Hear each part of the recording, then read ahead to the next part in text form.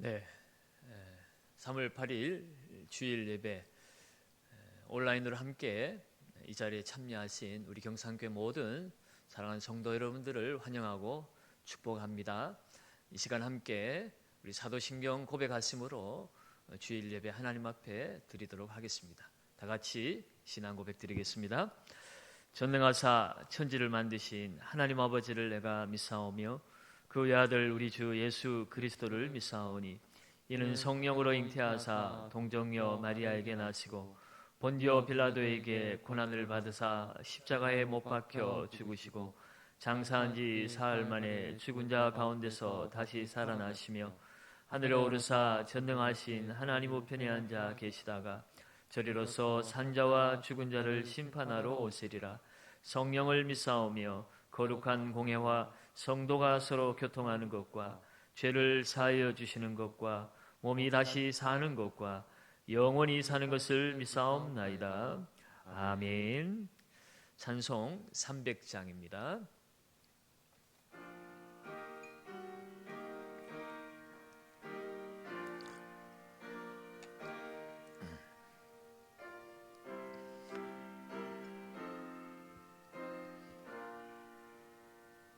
내 맘이 낙심되며 근심에 눌릴 때 주께서 내게 오사 위로해 주시네. 가는 길 캄캄하고 괴로움 많으나 주께서 함께하며 내 짐을 지시네. 그 은혜가 내게 족하네. 그 은혜가 족하네. 이 괴로운 세상 지날 때 그 은혜가 족하네. 희망이 사라지고 친구 날 버릴 때 주 내게 속삭이며 새 희망 주시네. 싸움이 맹렬하여 두려워 떨 때에 승리의 왕이 되신 주 음성 들리네. 그 은혜가 내게 족하네. 그 은혜가 족하네. 이 괴로운 세상 지날 때 그 은혜가 족하네. 범민이 가득 차고 눈물이 흐를 때 주 나의 곁에 오사 위로해 주시네. 환난이 닥쳐와서 어려움 당할 때 주님의 능력 입어 원수를 이기네. 그 은혜가 내게 족하네 그네 가족하네 이 괴로운 세상 지날 때 그네 가족하네.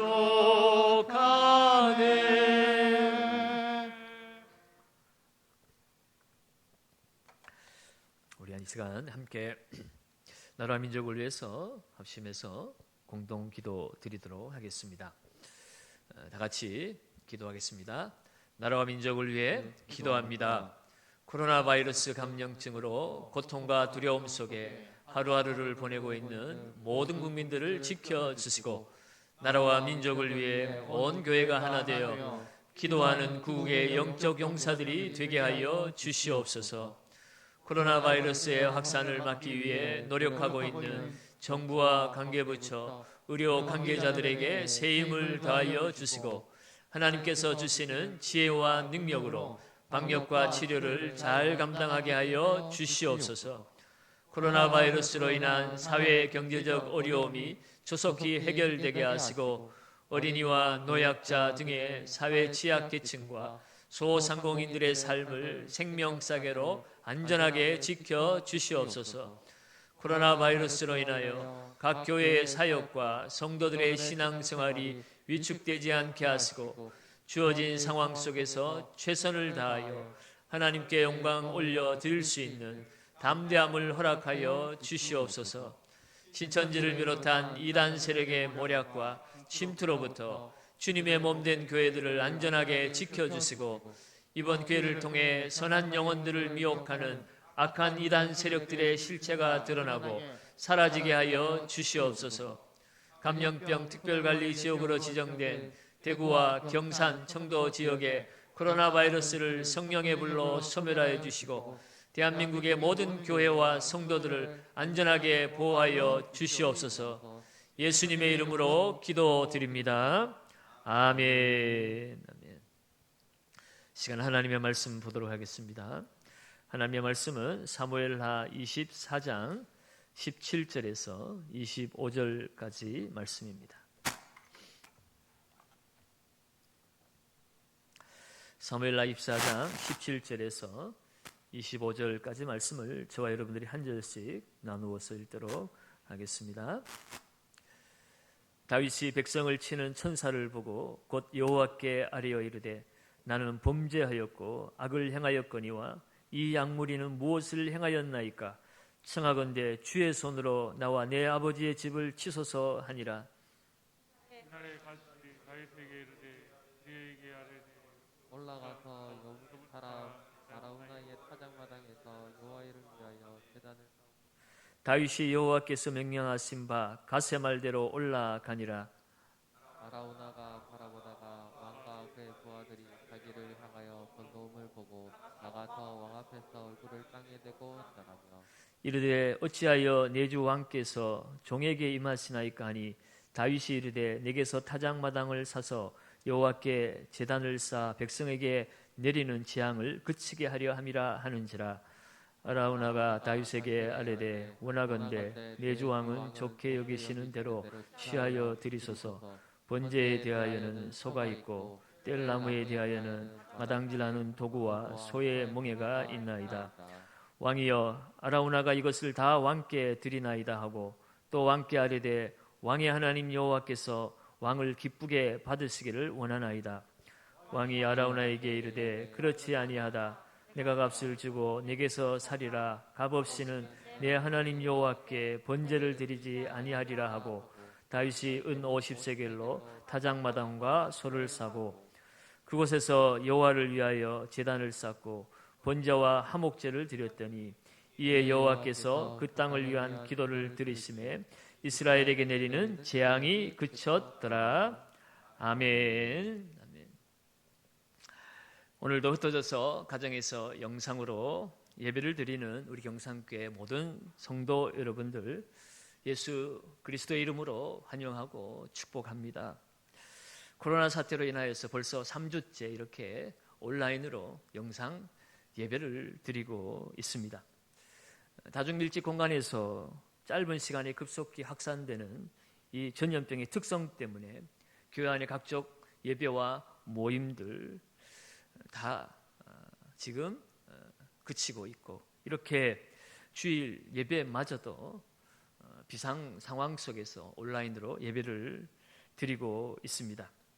이런 상황 가운데 어떤 사람들은 과연 예배당에 모이지 않고 이렇게 예배 드려도 괜찮은 걸까라는 마음의 찜찜함을 가지고 혼란스러워하는 성도들도 계신 것 같습니다. 그래서 오늘은 참된 예배가 무엇인지, 지금과 같은 위기 상황 속에서 우리는 어떻게 예배를 드리고 예배를 지속시켜 나가야 할지를 함께 오늘 말씀을 통해서 은혜를 나누기를 원합니다. 오늘 본문은 사무엘서의 마지막을 기록하고 있습니다. 사무엘서의 시작은 사사시대의 한나의 간절한 기도로 사무엘이 탄생하면서 시작이 되지요. 사무엘 선지자가 이 땅 가운데서 그 했던 가장 핵심적인 사역 중에 하나는 다윗을 왕으로 세운 것입니다. 마치 세례 요한이 예수가 그리스도이심을 선언한 것과 같은 역할입니다. 그래서 이 사무엘서의 핵심 주제는 다윗의 왕권과 통치가 영원할 것임을 예고한 것입니다. 다윗의 등장으로 말미암아 다윗의 후손으로 오실 메시아, 바로 예수 그리스도의 영원한 통치의 서막을 이 다윗을 통해서 알리고 있는 셈인 것입니다. 그런데 그 사무엘서의 마지막이 바로 이 다윗의 범죄로 말미암아 속죄 제사를 드림으로 이 사무엘서를 문을 닫고 있다는 것입니다. 다윗이 왜 속죄 제사를 드리는 것일까요? 그것은 우리가 지난 시간에 함께 말씀의 은혜를 나누었습니다. 그것은 다윗이 인구 조사를 하는 죄를 범하였기 때문입니다. 이 다윗의 인구 조사는 다윗의 그 마음의 교만이 들어왔고, 그 교만의 틈을 타고 사단이 충동을 해서 다윗이 인구 조사를 함으로 하루가 다 지나기도 전에 7만 명이 죽어나가는 그런 엄청난 재앙이 찾아왔습니다. 인구 조사는 하나님이 이스라엘 백성들에게 하도록 시키셔서 인구 조사를 해야만 그것이 진정한 인구 조사입니다. 이 이스라엘 백성에게 있어서 인구 조사는 왕이 어떤 왕권을 강화하기 위해서, 군사력을 헤아려 보기 위해서 하는 것이 아니라 하나님 백성 안으로 들어온 하나님의 백성이 얼마나 되는가를 준비하기 위해서, 특별히 처음 이스라엘 백성들이 인구 조사를 한 것은 그들이 출애굽한 이후에 가나안 땅에 들어가기 위해서 하나님의 나라가 세워지고 하나님의 백성이 얼마나 되는가를 헤아려보고 그것을 준비하기 위해서 인구조사가 시작이 되었습니다. 그래서 그 인구조사도 하나님의 명령에 의해서 처음 시작된 것입니다. 출애굽기 30장 12절 말씀을 우리 같이 한번 읽어봅니다. 같이 읽습니다. 내가 이스라엘 자손의 수요를 조사할 때에 조사받은 각 사람은 그들을 계수할 때에 자기의 생명의 속전을 여호와께 드릴지니 이는 그것을 계수할 때에 그들 중에 질병이 없게 하려 함이라. 아멘. 하나님께서 모세에게 인구조사를 하라고 명령을 하신 내용입니다. 하나님의 나라의 백성들이 누구인가, 얼마나 되는가를 조사하게 하신 것이죠. 그래서 재미있는 것은 인구조사할 때에 자기의 생명의 속전을 하나님께 드릴 것이라고 그렇게 명령을 하셨다는 것입니다. 이 속전은 죄를 면제받기 위해서 드리는 그런 예물을 말하는 것이죠. 하나님의 백성에 들어오려면은 그 죄가 속함을 받아야만 하나님의 백성이 될 수 있다는 것입니다. 그래서 인구조사는 단순히 사람의 숫자를 세워서 내 힘이 얼마나 되는가를 세워보기 위해서 하는 인구조사가 아니라 하나님의 구속받은 백성이 얼마나 되는가를 알아보기 위한 그런 인구조사였다는 것입니다. 그렇기 때문에 하나님께서 명령하신 인구조사에 속전을 내지 않은 자는 질병이 걸려서 죽게 될 것이라는 엄중한 그런 말씀을 하신 것입니다. 오늘 이 출애굽기 30장 12절에 이 질병이라고 번역된 히브리어 네게프는요, 사실은 온역이라고 이전 성경에는 번역이 되어 있었습니다. 전염병입니다. 온역은 봄에 생기는 전염병이에요. 지금 다윗의 인구 조사에서는 속전을 거뒀다는 그런 내용은 없습니다. 왜냐하면 하나님이 시키신 것도 아니고 하나님의 구속받은 백성을 헤아리기 위한 인구조사가 아니었기 때문입니다. 결국 이 다윗의 이 범죄로 말미암아서 하나님이 세 가지 징벌을 말씀하셨고, 그 중에 다윗은 3일간의 전염병이 백성들 가운데 임하는 것을 선택을 했고, 그 결과로 3일은커녕 하루도 되기 전에 7만 명이 죽어나가는 그런 결과가 일어났던 것입니다. 그러자 다윗은 하나님 앞에 깊이 회개합니다. 오늘 17절 말씀을 다시 한번 보겠습니다. 다윗이 백성을 치는 천사를 보고 곧 여호와께 아뢰어 이르되 나는 범죄하였고 악을 행하였거니와 이 약무리는 무엇을 행하였나이까? 청하건대 주의 손으로 나와 내 아버지의 집을 치소서 하니라. 다윗이 마음이 너무 아팠습니다. 나의 범죄로 말미암아 백성들이 죽어나가는 것입니다. 그래서 하나님, 이 백성이 무슨 죄가 있습니까? 차라리 나와 내 아버지의 집을 치소서. 우리의 가문이 망하고 우리의 집이 망하고 내가 죽으면 되지 왜 죄 없는 이 백성들이 죽어가야만 합니까? 라고, 사실은 다윗만의 죄가 아니라 그들이, 이스라엘 백성들이 죄를 범죄하고 있었습니다. 그런데 다윗은 그 지도자의 책임감을 가지고 나를 죽여달라고 그렇게 통렬히 회개하고 나아가고 있는 것입니다.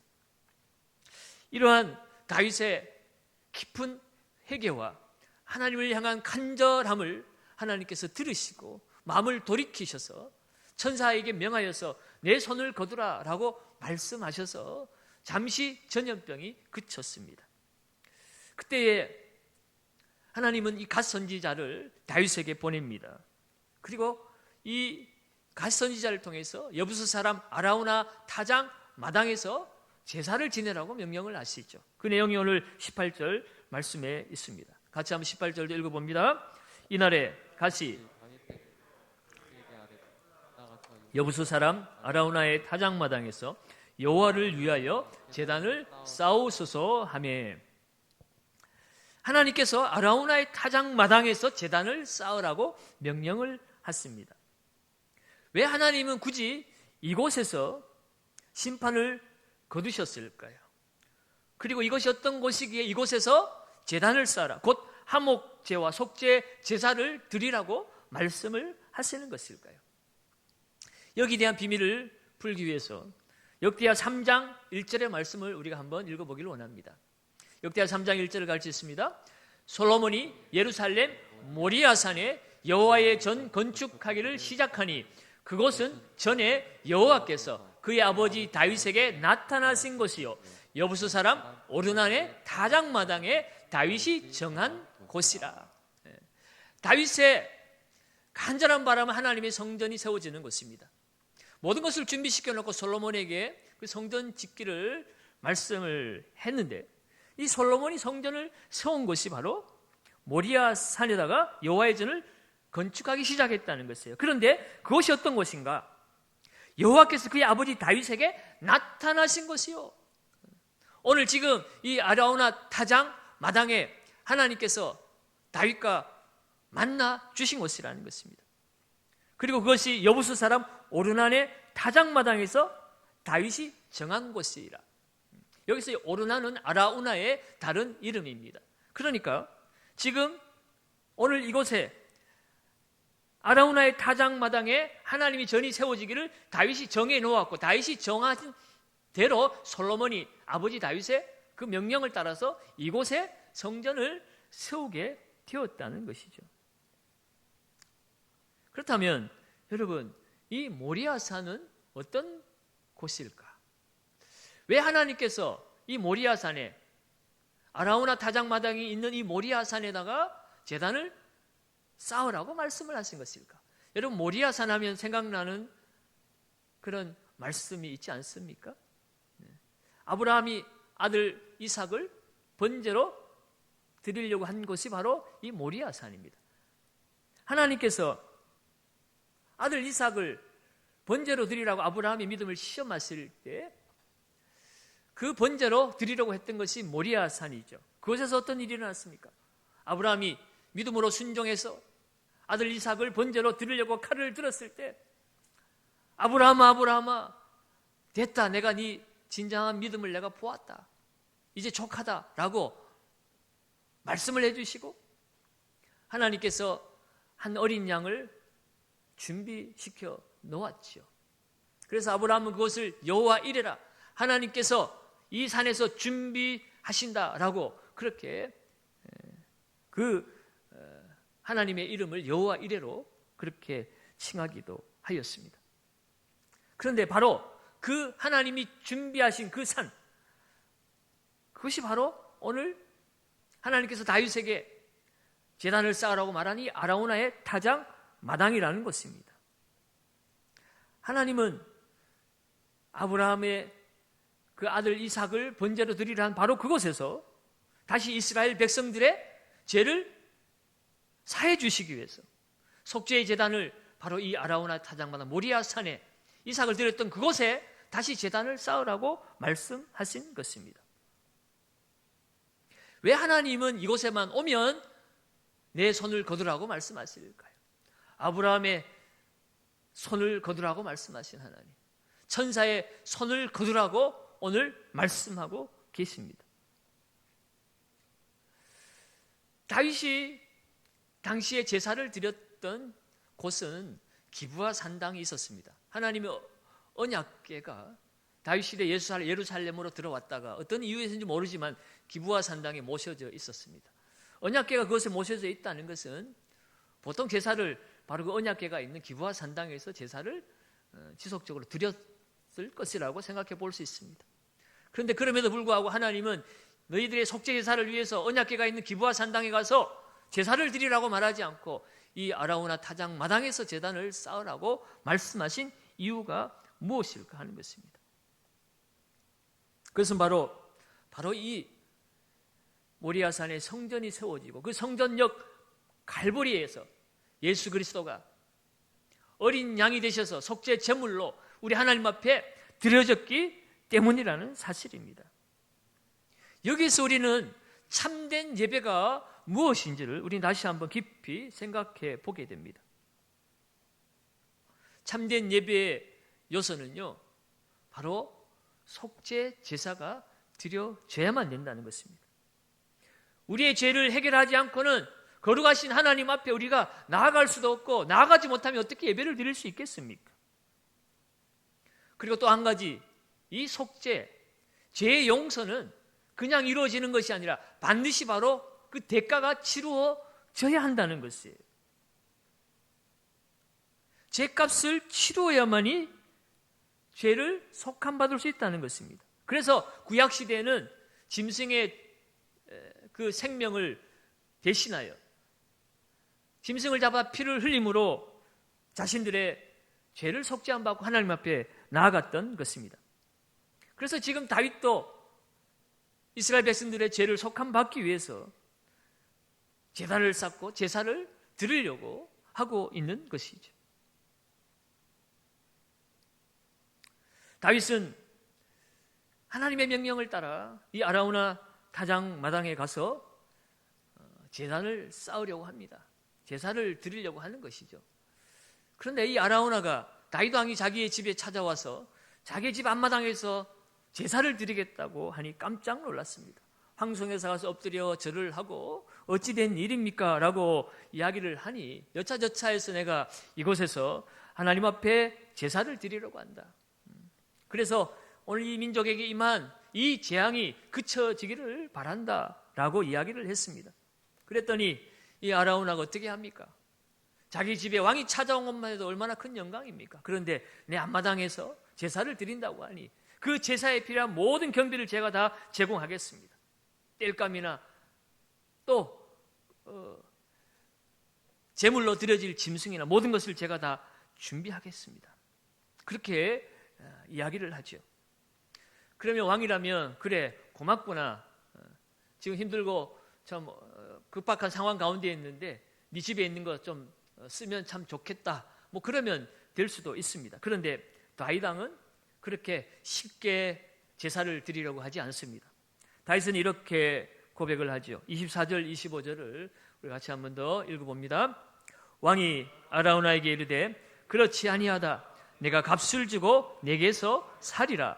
값 없이는 내 하나님 여호와께 번제를 드리지 아니하리라 하고 다윗이 은 50세겔로 타작마당과 소를 사고 그곳에서 여호와를 위하여 제단을 쌓고 번제와 화목제를 드렸더니 이에 여호와께서 그 땅을 위한 기도를 들으시매 이스라엘에게 내리는 재앙이 그쳤더라. 아멘. 다윗은 죄의 대가는 값없이는 치러지지 않는다는 것을 너무나 잘 알고 있었습니다.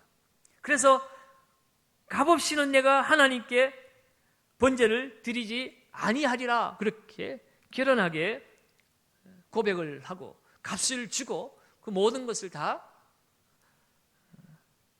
치르고 제사를 드리고 있는 모습을 보게 됩니다. 오늘 이 말씀을 통해서 우리는 오늘 우리가 드리는 이 예배가 너무나 쉽고 편안하게 드리는 예배가 아닌지 우리 다시 한번 생각해 보아야 합니다. 값을 치르지 않은 예배는 없다는 것입니다. 오늘 우리가 쉽게 예배 드리고 있는 것 같아도 사실은 우리의 모든 죄를 하나님의 아들 예수 그리스도께서 십자가에서 어린 양이 되셔서 대속 제물로 우리를 위하여 값을 다 치르셨기 때문에 오늘 우리는 이곳에서 편안하게 예배를 드리고 있는 것입니다. 여러분 요한복음 4장에 보면 예수님께서 사마리아 성에 들어가셨다가 그 수가성 우물가에서 한 여인을 만났고 그 여인이 예수님과 대화하는 장면이 나옵니다. 유대인들과 사마리아인들 사이에는 하나님께 예배드리는 예배의 장소가 어딘가를 가지고 심각한 그런 논쟁이 있었습니다. 사마리아인들은 그들의 영토에 있는 그리심산에서 하나님께서 예배를 받으신다고 주장을 했고 유대인들은 바로 이 예루살렘의 그 모리아산에 세워진 그 성전에서 거기에서 하나님 임재하시고 예배를 받으신다라고 말씀을 했습니다. 그래서 사마리아 여인이 물어봅니다. 우리의 조상들은 바로 이 축복의 산, 이 그리심산에서 하나님 우리를 만나주시고 우리에게 예배를 받으신다고 하는데 당신들 유대인들은 예루살렘에서만 예배를 드려야 된다고 하더이다. 도대체 무엇이 맞는 말입니까? 라고 예수님께 질문을 하죠. 그러자 예수님은 예루살렘에서만 예배를 받으신다라고 단정하지 않으셨습니다. 예수님이 뭐라고 말씀하셨을까요? 요한복음 4장 23절을 우리 같이 한번 읽어봅니다. 아버지께 참되게 예배하는 자들은 영과 진리로 예배할 때가 오나니 곧 이때라. 아버지께서는 자기에게 이렇게 예배하는 자들을 찾으시느니라. 아멘. 하나님이 받으시는 예배는 예루살렘 성전에서 드리는 예배가 아니라 그리심산에서 드리는 예배가 아니라 하나님 아버지께 영과 진리로 드리는 그 예배를 하나님이 찾고 계신다는 것이에요. 장소의 문제가 아니라는 것입니다. 여러 장소에서 많은 사람들이 예배를 드리지만 하나님 그 예배를 다 받으시는 것이 아니시라는 거예요. 예루살렘에서 성전 안에서 드려야만이 하나님 받으신 예배가 아니라는 것입니다. 구약시대에는 오직 피의 제사를 통해서 성전에서만 하나님을 만날 수 있었습니다. 그래서 성전이 중요했습니다. 그런데 이제는 그런 때가 지나고 진정한 예배를 드릴 때가 온다는 것입니다. 곧 이때라. 어느 때입니까? 바로 예수 그리스도의 때라는 것이에요. 신약시대 오늘 우리의 때라는 것입니다. 예수 그리스도가 하나님 앞에 속죄제물을 드리심으로 하나님과 우리 사이의 관계가 회복이 되어짐으로 말미암아 이제는 장소의 문제가 아니라 예수 그리스도를 통하여서 하나님의 지성소로 들어갈 수 있게 되었다는 것이에요. 더 이상 양과 소와 염소 비둘기의 피값으로 우리가 하나님을 겨우겨우 한 번씩 만나는 것이 아니라 이제 예수 안에서 예수 그리스도를 통하여서 하나님 보좌 앞에 영원히 우리는 나아갈 수 있게 되었다는 것이에요. 그래서 히브리서 10장 19절 20절에 이렇게 말씀하고 있죠. 우리 한번 더 읽습니다. 그러므로 형제들아 우리가 예수의 피를 힘입어 성소에 들어갈 담력을 얻었나니 그 길은 우리를 위하여 휘장 가운데로 열어놓으신 새로운 살 길이요 휘장은 곧 그의 육체니라. 아멘. 예수 그리스도의 흘리신 피와 찢기신 그 몸을 통하여서 하늘 성소로 들어갈 휘장이 열렸다는 것입니다. 주님은 예수 그리스도로 말미암아 우리 하나님은 우리를 마음껏 하나님의 나라로 초대하고 계십니다. 하나님의 지성소로 우리를 초대하고 계신 것입니다. 하나님 앞에 나아감을 더 이상 이제는 두려워할 필요가 없는 것입니다. 양과 염소의 피를 통하지 아니하고도 오직 예수 그리스도를 통하여 하나님 보좌 앞으로 우리가 나아갈 수 있게 되었다는 것입니다. 결국 예배란 무엇인가? 예배는 장소도 의식도 형식도 아닌 우리의 마음의 태도라는 것이에요. 그래서 요한복음 4장 24절에도 하나님은 영이시니 예배하는 자가 영과 진리로 예배할지니라. 우리가 비록 흩어져서 성전에 모이지는 못했지만 각자 처한 형편에서 영과 진리로 우리 하나님 앞에 나아갈 때 하나님은 그 예배를 기쁘게 받으신다는 것이에요. 영과 진리는 성령과 말씀 안에서 드리는 예배라고 말할 수도 있고 또는 우리의 영으로 우리의 진심으로 하나님 앞에 예배 드리는 것을 말하는 것이기도 합니다. 어찌되었든 하나님은 장소와 형식에 얽매이지 아니하고 하나님을 전심을 다해서 내 영혼을 다해서 하나님을 사랑하고 하나님을 갈망하고 하나님을 찾을 때 하나님은 그 예배자를 받으신다는 것이에요. 여러분, 가인은 하나님 앞에 제사를 드렸지만 하나님께서 가인의 제사는 받지 않으셨습니다. 왜 안 받았는가? 여러 가지 신학적인 그런 해석들이 있습니다만 중요한 사실 하나는 성경을 보면 하나님은 가인과 그의 제물을 받지 않으셨다고 그랬어요. 가인의 제사 제물만 받지 않은 것이 아니라 가인 자체를 받지 않으셨다는 거예요. 그 말은 가인의 삶 자체에 문제가 있다는 것이죠. 영과 진리로 하나님 앞에 나아가지 아니하고 형식을 가지고 나아가는 제사, 그런 예배는 아무리 좋은 장소에서 아무리 구체적인 형식을 갖추었다고 해도 하나님이 받지 않으시는 예배가 될 수 있다는 것입니다. 그렇다고 여러분 오해하지 마십시오. 우리가 예배당에 모이는 공적 예배를 소홀히 하고 드리지 않아도 된다는 뜻은 아닙니다. 예수님께서도 안식일마다 회당을 찾으셨습니다. 하나님과 늘 함께 하셨던 주님이시지만 우리 주님 홀로 임의로 예배를 드리지 않으셨다는 것이에요. 회당에 가서 함께 예배를 드리셨어요. 초대교회 성도들도 성전에서도 모이고 집에서도 모였습니다. 중요한 것은 지나치게 장소에 방점을 두어서 비상시국에 이렇게 예배당에서 모이지 않고 다른 곳에서 예배 드리는 것이 마치 큰 죄악이라도 범한 것처럼 그렇게 생각해서는 안 된다는 것입니다. 지금 한국교회는 대혼란에 빠졌습니다. 전쟁 중에도 모이기를 피하지 않았던 이 예배가 중단되는 사태로 말미암아서 비난과 정죄를 서슴지 않는 이들이 있습니다. 여러분, 이럴 때일수록 우리는 영적 분별력을 가지고 상황을 살펴볼 필요가 있습니다. 우리는 지금 예배를 중단한 것이 아닙니다. 다른 상황과 환경 속에서 예배를 지속하고 있습니다. 물론 지금의 상황이 예수 그리스도를 믿는 믿음을 거부하라고 말하는 그런 핍박 속에서 배도를 요구하는 상황이라면 우리는 목숨을 걸고 이 자리를 지켜야 할 것입니다. 그러나 지금 우리의 상황은 배도를 위한 예배 거부가 아니라는 것입니다. 사회의 안녕과 보호를 위해서 이웃 사랑의 일환으로 잠시 가정으로 흩어져서 예배를 드린다는 것을 우리는 기억해야 합니다.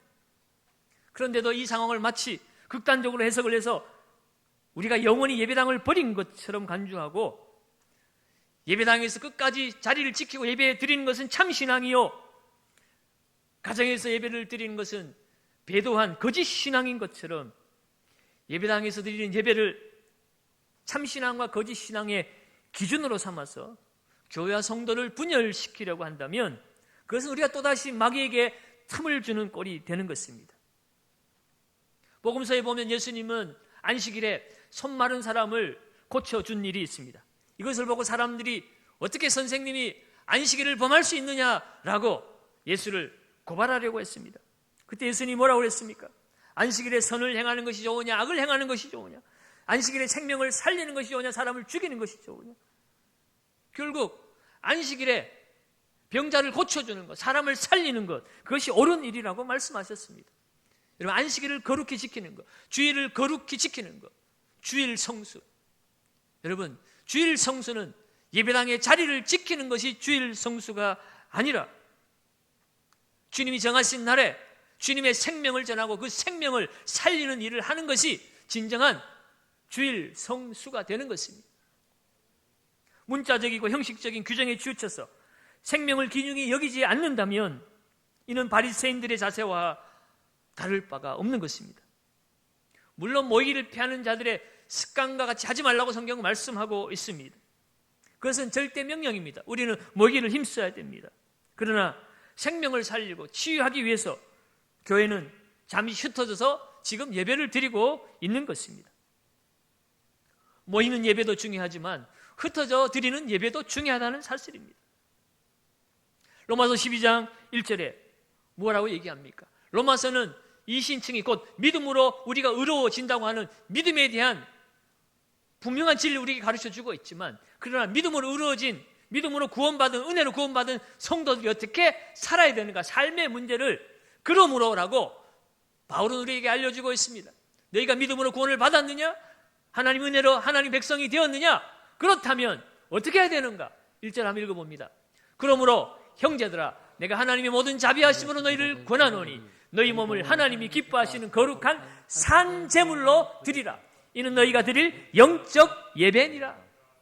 너희가 하나님 앞에 드리시는 영적 예배, 하나님 받으시고 하나님 찾으시는 진짜 예배를 드리기를 원하느냐? 그렇다면 너희의 몸을 하나님 기뻐하시는 거룩한 산 제물로 드리라는 것이에요.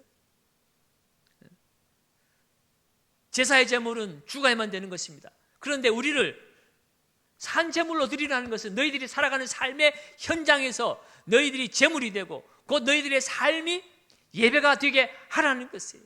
그것이 은혜로 믿음으로 구원받은 성도들이 살아가야 될 삶의 본문이라는 것이죠. 그러므로 여러분, 우리가 예배당에 모이는 예배도 중요하지만 흩어져서 삶의 현장에서 하나님의 영광을 드러내고 하나님의 생명의 복음을 우리의 삶으로 나타내는, 은혜가 삶의 열매로 나타나는 그것이 진짜 예배라는 것을 우리에게 강조해 주고 있습니다.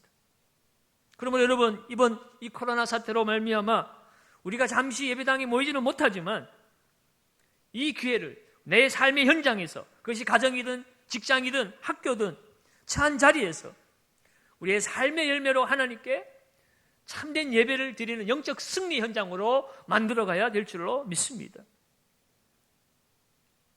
그러나 그럼에도 불구하고 한 가지 우려되는 부분이 있습니다.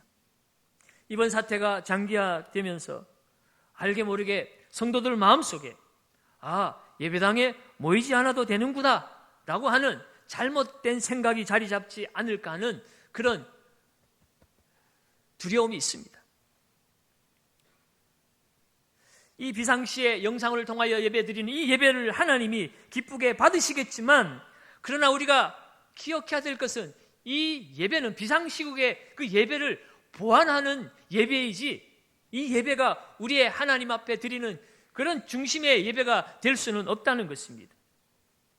한몸된 교회에 친교가 없고 봉사가 없고 세례가 이루어지지 않고 성찬이 이루어지지 않는 한몸된 교회, 에클레시아, 예수님이 세우신 그 교회의 본질을 잊어버리고 우리가 처한 자리에서 영상으로 예배드리면 돼라고 생각하는 것은, 그것은 잘못된 예배라는 사실을 우리는 또한 잊지 말아야 합니다.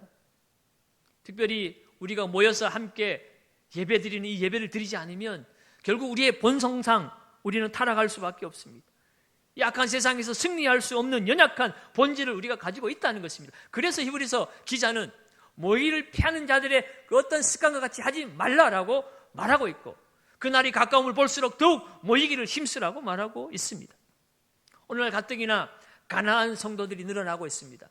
가난한 성도가 뭔지 아시죠? 뒤로 돌려서 말하면 안 나가 성도. 특별히 젊은이들이 기성교회에 저와 같은 목회자들과 오래 믿은 신자들의 그 삶의 열매 없는 모습을 보고 실망해서 예배당에 가지 않고 혼자 인터넷을 통해서 유명교회 또 유명한 목사님들 설교 들으면서 나홀로 예배를 드리는 사람들이 많이 있습니다. 여러분, 이러한 일들이 한국 사회, 한국 교회의 생태계로 일상화되어서는 위험한 것입니다.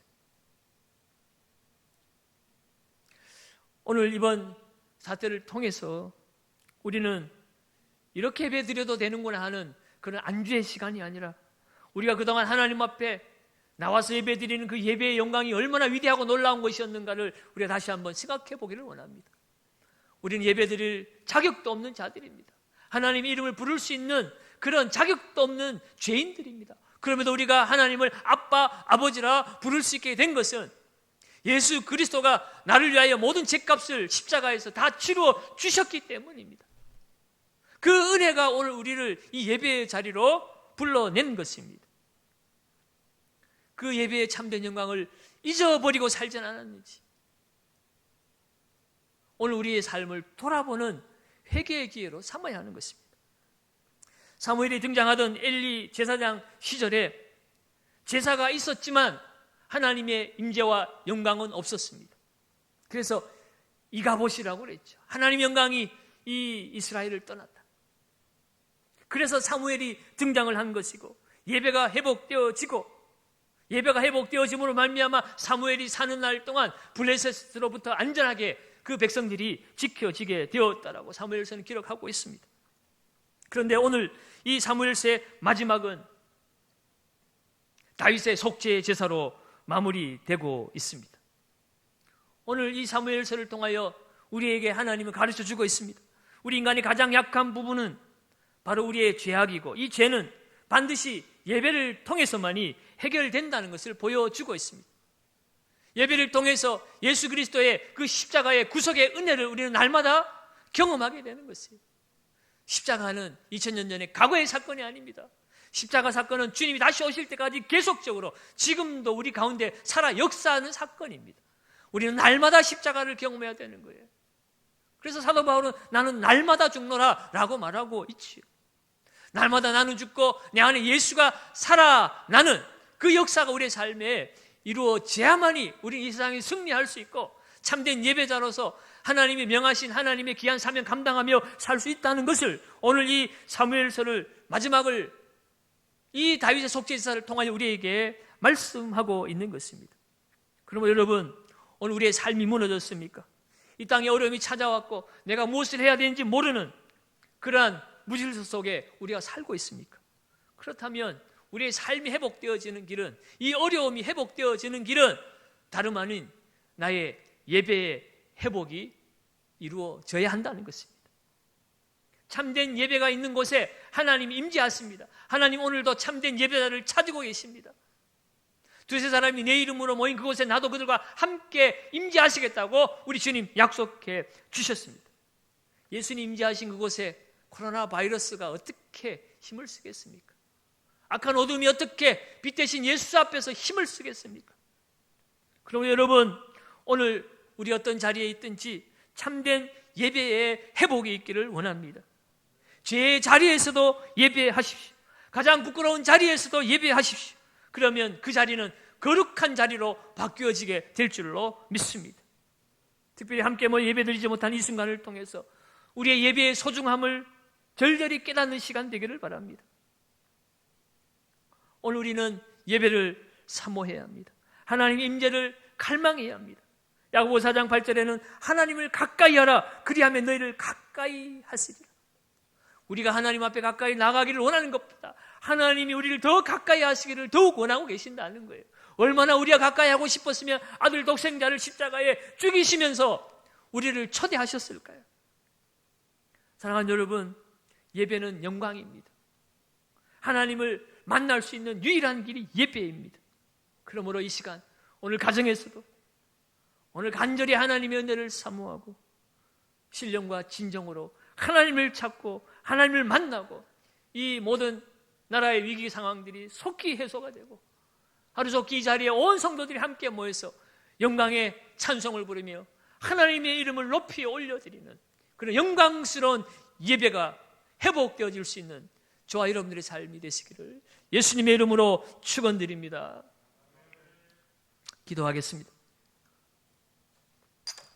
하나님 아버지, 죄의 전염병으로 이미 죽었던 저희들을 예수 그리스도의 십자가의 그 구속의 은총으로 살려주시고 오늘도 하나님을 아빠 아버지라 부를 수 있는 예배의 특권을 허락하신 것 감사합니다. 지금까지 주의 은혜로 하나님 보좌 앞에 나아가는 예배의 영광을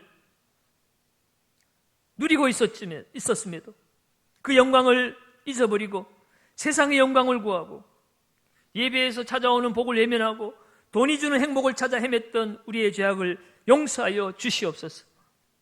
힘과 숫자에 목말라 하며 큰 집을 짓고 사람이 많이 모였음을 자랑하며 교만에 빠져 살았던 우리들입니다. 그런데 이제 눈에 보이지 않는 작은 바이러스 앞에서도 힘을 못 치고 두려워하고 마스크 없이는 하루도 살 수 없는 그런 연약한 인생임을 철저하게 깨닫게 되어 버렸습니다. 그 많이 모이던 사람들도 우리 주님 흩으시면 한 번에 다 흩어져 버릴 수 있음을 우리의 눈으로 확인하게 하셨습니다. 사랑하는 주님, 겸손히 주님의 십자가 앞으로 다시 나아가길 원합니다. 참된 예배자로 주님 앞에 다시 세워지기를 원합니다. 이 세상에 소금과 빛이 되라고 말씀하신 대로 우리의 삶 속에서 예배자로 승리하게 하여 주시옵소서. 세상의 조롱거리가 되지 않게 하시고 세상의 통제와 조정의 대상이 되지 않게 하시고 세상을 향하여 나를 따르라고 세상의 소망이 되고 빛이 되고 세상의 나침반이 되는 세상의 존경과 의지의 대상으로 거듭날 수 있는 한국교회와 성도들이 되게 하여 주시옵소서. 이 역경의 시간이 다 지나고 난 이후에 이 땅의 교회들이 다시 새로워지게 하시고 더욱 강력하여져서 하나님의 나라와 하나님의 그 제사장의 역할들을 감당할 수 있는 우리 한국교회와 성도들 다 되게 하여 주시옵소서. 바라기는 지금 코로나19의 급속한 확산이 이루어지고 있는데 하나님께서 성령의 불로 이 모든 전염병을 태워주시고 하나님 보시기에 좋았다라고 말씀하신 그 창조의 그 하나님의 처음 모습대로 이 땅이 하나님의 창조 질서 세계 안으로 회복되어질 수 있도록 도와주옵소서. 하나님뿐만 아니라 영적 바이러스가 심히 침투하여서 신천지와 같은 이단들 속에 우리의 중고청 많은 젊은이들이 빠져들어가고 있습니다. 하나님, 그들을 우리가 붙잡지 못하였고 그들의 대안이 되어주지 못하고 그들의 고통과 아픔을 들어주지 못하여서 그들이 우상에 또 불신, 이단, 사설에 하나님 빠져들어갔음을 회개합니다. 주여, 우리의 젊은이들을 붙들어 주시옵소서. 하나님, 이 땅에 모든 악한 영적 세력들이 묶임을 받고 떠나가게 하여 주시옵시고 모든 이단 사설들이 예수의 그 보혈로 씻겨 내려가서 하나님의 거룩한 나라로 다시금 새로워지는 역사도 있게 하여 주시옵소서. 아버지 하나님, 이번 사태로 인하여 정치와 경제와 사회가 혼돈 속에 있습니다. 주님, 이 나라 경제와 기업과 시장이 다시 회복되게 하여 주시옵소서. 어려움에 처한 상인들과 또 노동자들과 영세 또 자영업자들을 주님 하나님의 능력의 손으로 붙들어 주시고 사랑하는 주의 백성들 생명사계로 하나님 감싸 주셔서 이 위기를 잘 극복할 수 있도록 은혜 내려 주시옵소서. 혼란의 틈을 타고 분열의 영, 다툼의 영들이 우리 가운데 임하지 않도록 도와주시고 비난과 판단과 정죄의 영이 떠나가게 하시며 오직 복음과 예수 그리스도의 사랑으로 하나 되어 주님 앞에 영광 돌리는 하나님의 백성들, 하나님의 교회가 되게 하여 주시옵소서. 하나님 아버지, 이 어려운 시간이 속히 지나가게 하시고 하나님, 다시금 예배를 사모하고 갈망하는 주의 백성들 하나님께서 강하고 담대하게 해주셔서 하나님 속히 이곳에 모여 함께 얼굴을 마주대하고 주께 영광 돌리며 주님의 권세와 능력을 찬송하는 놀라운 은혜가 다시금 우리 삶 가운데 회복되게 하여 주시옵소서. 그러한 놀라운 일이 우리의 삶에 다시 이루어지기를 믿음의 눈으로 바라보며 그렇게 하실 주님을 찬송하며 예수님의 이름으로 기도하옵나이다. 아멘. 나같이 준비하신 예물 하나님 앞에 드리겠습니다.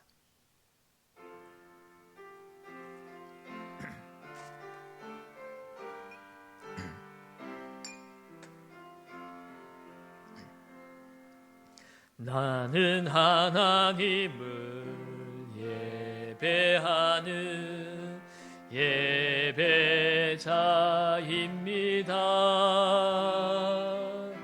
내가 서 있는 곳 어디서나 하나님을 예배합니다.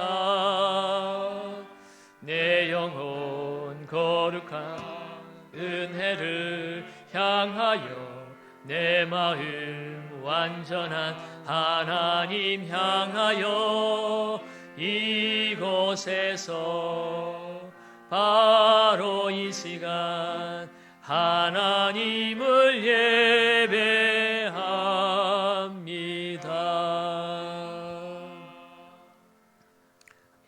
주님 감사합니다. 오늘 이 혼란 속에서도 주님 앞에 예배할 수 있는 귀한 특권과 믿음을 주신 것 감사합니다.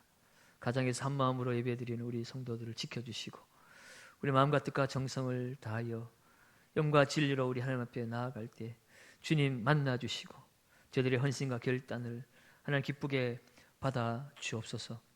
어려운 시기에 하나님 나라와 하나님 영광이 이루어지도록 하나님 또 귀한 예물을 구별하여 드려오니 하나님 이 예물 기쁘게 받아주시고 하나님 나라 역사 위에 쓰임받게 하시고 고통받고 어려움 당한 자들을 위로하고 격려하고 그들의 삶을 세우는 일에 쓰임받게 하여 주시옵소서. 어려움에 처한 주의 성도들 가정경제를 지켜주시고 저들의 사업터전을 지켜주시고 저들의 직장을 지켜주셔서 하나님 흉년의 때에도 백배의 복을 우리 이삭에게 주셨던 하나님 이 어려운 시대를 이기고 하나님 다시금 승리하여 주의 기쁜 사명 잘 감당하는 주의 성도들 될 수 있도록 복을 내려 주시옵소서. 예수님의 이름으로 기도하옵나이다.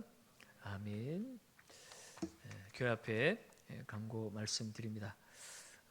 코로나19 바이러스 확산으로 인하여서 3주째 또 이렇게 예배를 드리고 있습니다. 언론 보도를 보면 이 경산도 지금 대구 못지않게 지금 급속도로 환자들이 많이 생겨나고 있습니다. 이 추세를 보면 어쩌면 다음 주도 이렇게 또 영상으로 예배를 드려야 될 것 같습니다. 특별한 공지가 있을 때까지 계속 영상으로 예배 드리게 됨을 주지하시고 특별히 가정에서 예배를 사모하고 또 우리 자녀들과 함께 예배를 지켜나갈 수 있는 우리 성도들이 되었으면 좋겠습니다. 수요 예배도 7시에 실시간으로 영상 송출이 되고 있습니다. 예배를 참여해 주시고 모든 헌금은 온라인으로 그렇게 헌금을 받고 있습니다. 주보를 참조하시면 되겠습니다. 정오 합심 기도회가 지난 주간에 한 주간 이루어졌고 이번 주간에도 지속적으로 낮 12시 정오에 5분 동안 나라와 또 교회를 위해서 함께 기도하는 시간을 가집니다. 정오 기도회도 여러분 많이 참석해 주시기 바랍니다. 그리고 지금 홈페이지를 통해서 그리고 유튜브를 통해서 영상으로 예배를 드리고 있는데 유튜브를 보시는 분들은 구독 버튼을 누르셔서 구독을 하시면 따로 문자를 받지 못하셔도 실시간 예배나 또 교회 모든 예배 영상들이 자동으로 업로드가 되어서 여러분 쉽게 영상을 볼 수가 있습니다. 그래서 구독 하시지 않은 분들은 그 화면 아래에 있는 구독 버튼을 누르셔서 예배를 쉽게 여러분들이 접할 수 있도록 그렇게 활용을 해 주시면 되겠습니다. 다른 광고는 주부를 참조하시고 이곳에 다시 만날 때까지 늘 강건할 수 있는 우리 성도님들 될 수 있기를 기도하고 축복합니다. 우리 다 같이 우리 옆 사람과 한번 인사하겠습니다. 예배의 승리자가 되겠습니다. 네. 다 같이 찬송 210장 함께 찬송합니다.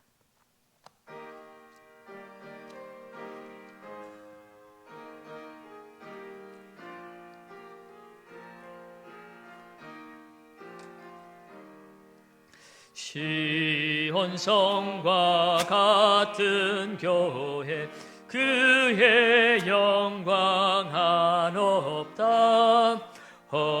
허락하신 말씀대로 주가 친히 세웠다. 반석 위에 세운 교회 흔들 자가 누구랴. 모든 원수 애워싸도 아무 근심 없도다. 생명샘이 솟아나와 모든 성도 마시니 언제든지 흘러넘쳐 부족함이 없도다. 이런 물이 흘러가니 목마를 자 누구랴. 주의 은혜 풍족하여 넘치고도 넘친다.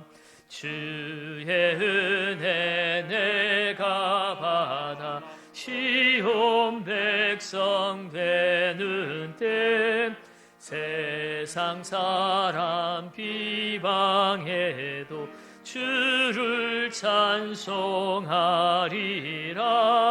세상 헛되 모든 영광 아침 안개 같으나 주의 자녀 받을 복은 영원 무궁하도다.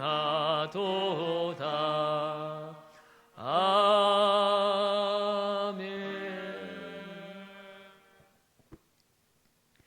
주 예수 그리스도의 은혜와 아버지 하나님의 크신 사랑하심과 성령님의 위로 인도 교통 영원히 함께하심이 값없이는 하나님 앞에 제사를 드리지 않겠다고 한 그 다윗의 고백처럼 예수 그리스도의 피값으로 하나님이 자녀가 되어 하나님의 그 지성소로 들어가 하나님의 얼굴을 보며 예배하는 이 예배의 영광을 우리가 잊지 아니하고 하나님 앞에 삶의 예배자로 하나님 나라와 영광을 위해 살며 이 세상의 빛과 소금이 되어 세상에 죽어가는 영혼들, 소망 없는 영혼들에게 참 생명의 구원의 빛이 되어 살기를 소원하고 다짐하는 우리 경산교회 모든 성도들 머리머리에와 이 나라의 민족 세계 열방 위에 이제로부터 영원토록 함께 있을지어다. 아멘.